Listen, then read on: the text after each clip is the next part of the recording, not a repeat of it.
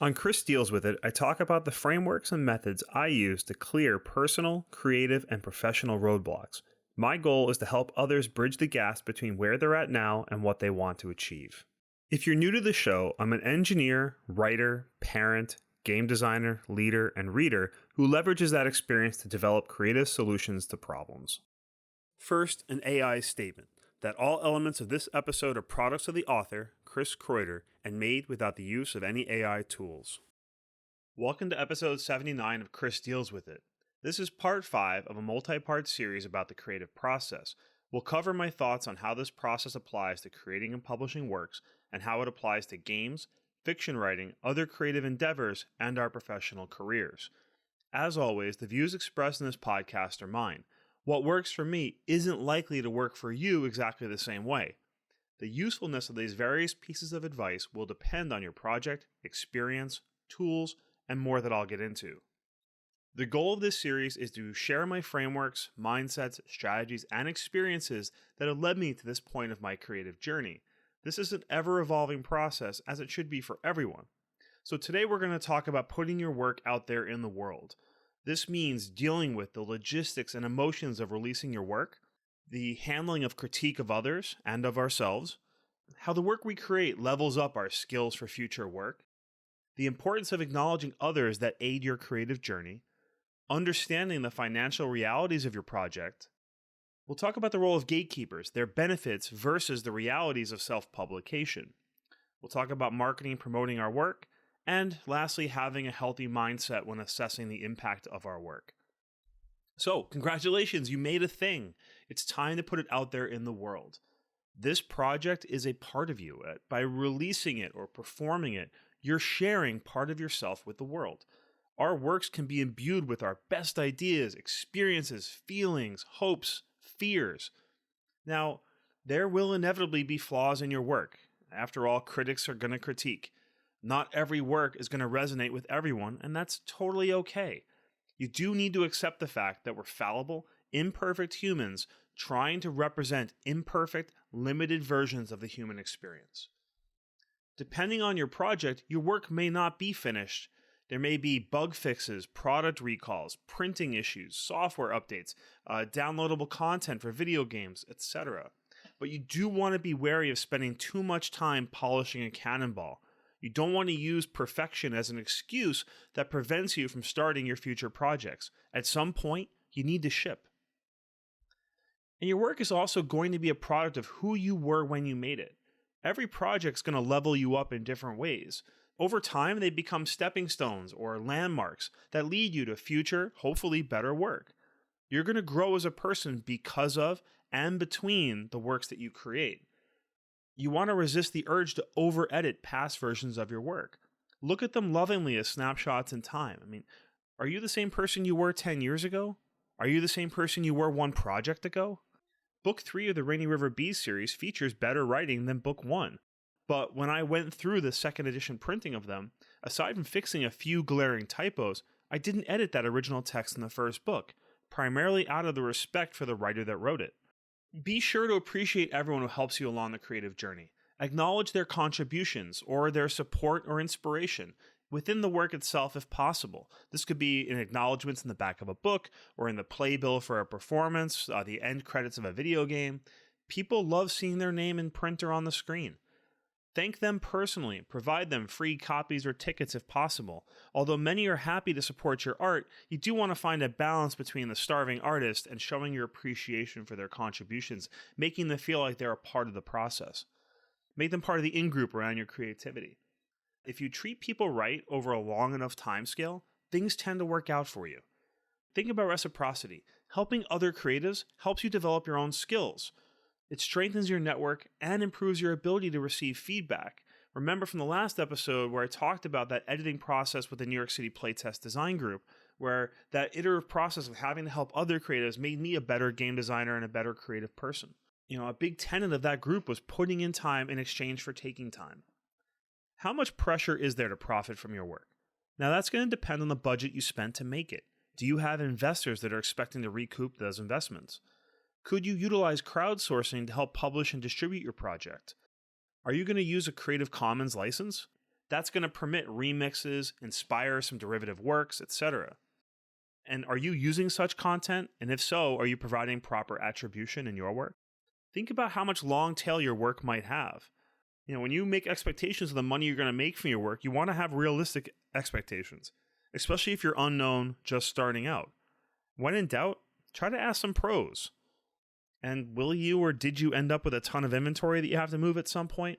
Recall the example I gave earlier in the production episode, that was episode 77, about when we printed so many copies of Epigo, we had them sitting in a warehouse and paying monthly fees. You need to be sure to discuss the tax implications of your creative business with an accountant.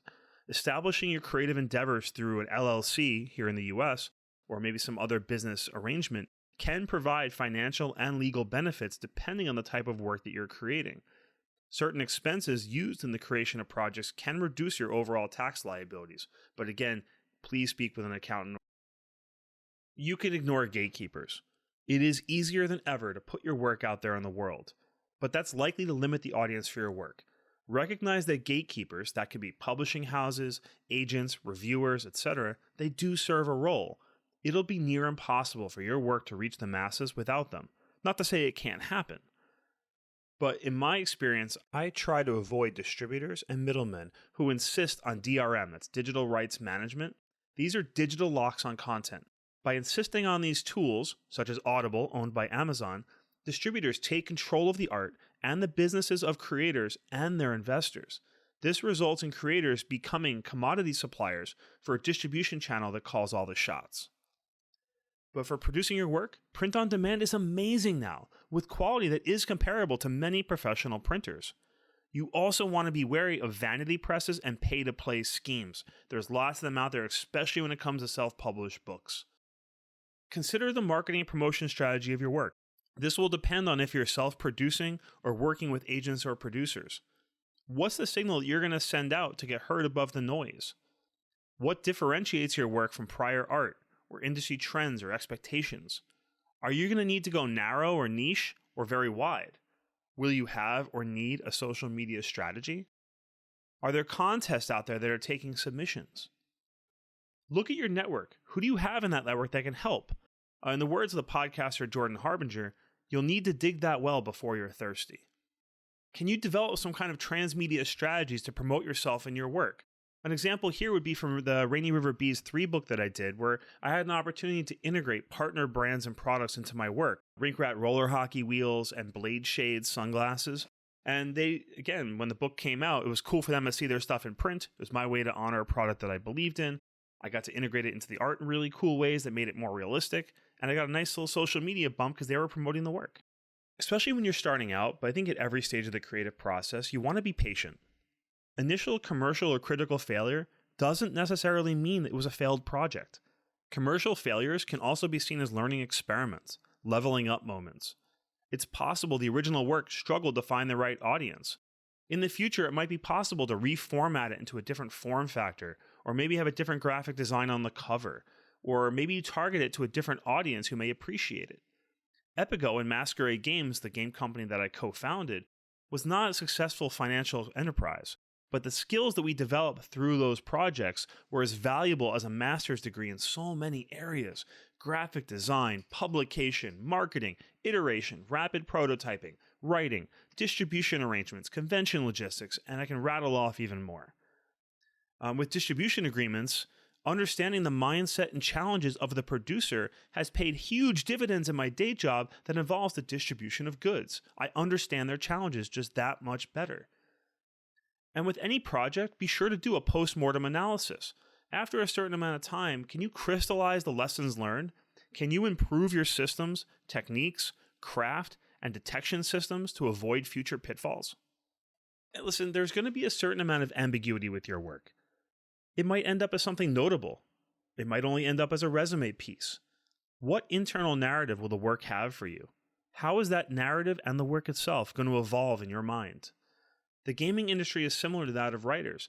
It's hard to have fixed contracts and steady, reliable work.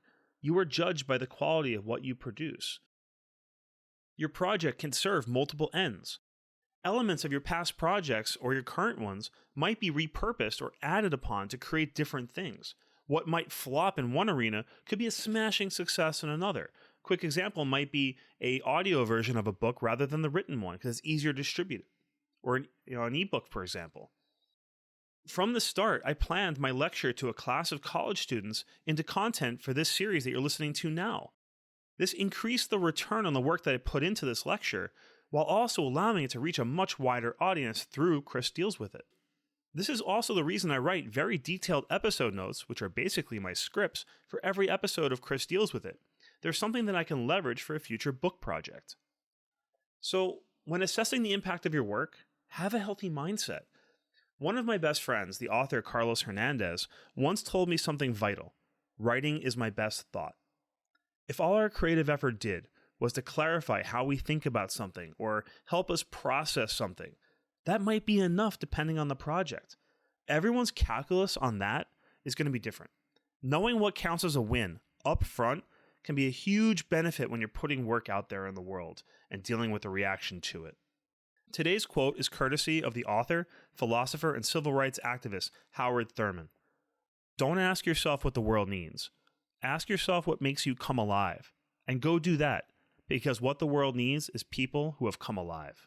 And with that, have a great day.